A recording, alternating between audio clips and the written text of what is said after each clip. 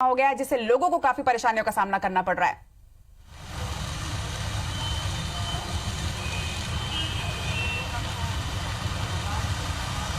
जी रचना, बिल्कुल छत्तीसगढ़ में अभी बहुत दिनों बाद जो है ये बारिश हुई है। तो सबसे पहले हम आपको बारिश की वो तस्वीर दिखाते हैं। जैसा कि बढ़ते तापमान और उमस भरी गर्मी के बाद जो ये बहुत दिनों बाद बारिश हुई है, तो कहीं ना कहीं ये लोगों को राहत दिलाने वाली भी बारिश है। तो हम इस वक्त जय स्तंभ चौक में और यहाँ का नजारा आपको दिखाना चाहेंगे। आप देखेंगे यहाँ पर एक जो ये तस्वीर है वो राहत की बारिश की भी तस्वीर है, और यही जो बारिश है वो जो है अलग अलग जगहों में पानी इसी बारिश से जो है जल भराव की स्थिति बन गई है। हम आपको दूसरी तस्वीर में ये दिखाना चाहेंगे कि किस तरीके से आप देखेंगे कि जो शहर का जो मेन चौक चौराहा है नगर पालिका के पास में भी, और इस तरीके का नजारा है लोधीपारा चौक, पंडरी, घड़ी चौक, जय स्तंभ चौक, ये जो सारे चौक है वहां पर जो है जल भराव की स्थिति देखी जा रही है। तो कहीं ना कहीं ये जो बारिश है वो राहत देने के लिए भी आई है। और दूसरी तस्वीर हम इस वक्त आप देख पा रहे होंगे, वो जो है वो नगर निगम की पोल खोल के रख दी, क्योंकि पिछले कई सालों से ये स्थिति देखी जा रही है कि थोड़ी ही बारिश में इन सभी जगहों में जो है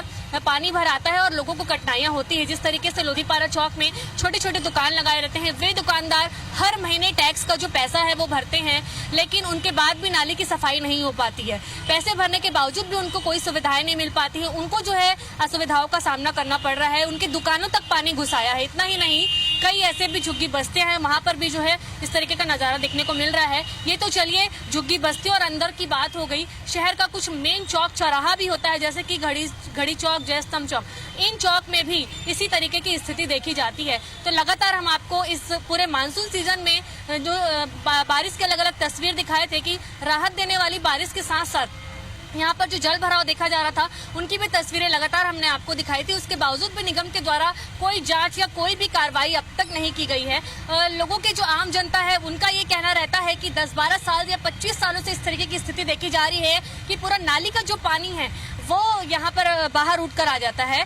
तो तब से ये स्थिति देखी जा रही है, लेकिन जो है नगर निगम द्वारा किसी प्रकार की कोई जांच या कोई नहीं की जाती है।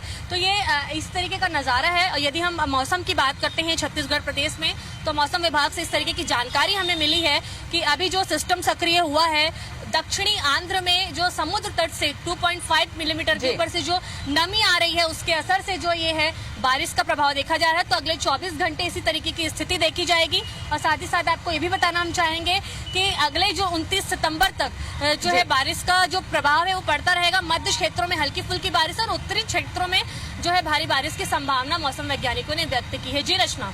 जी नहीं, चलिए, तमाम जानकारी के लिए आपका बहुत बहुत शुक्रिया। तो थोड़ी सी बारिश से इस तरह के हालात हैं, तो आगे अगर 24 घंटे और बारिश हो तो और हालात इससे बिगड़ भी सकते हैं।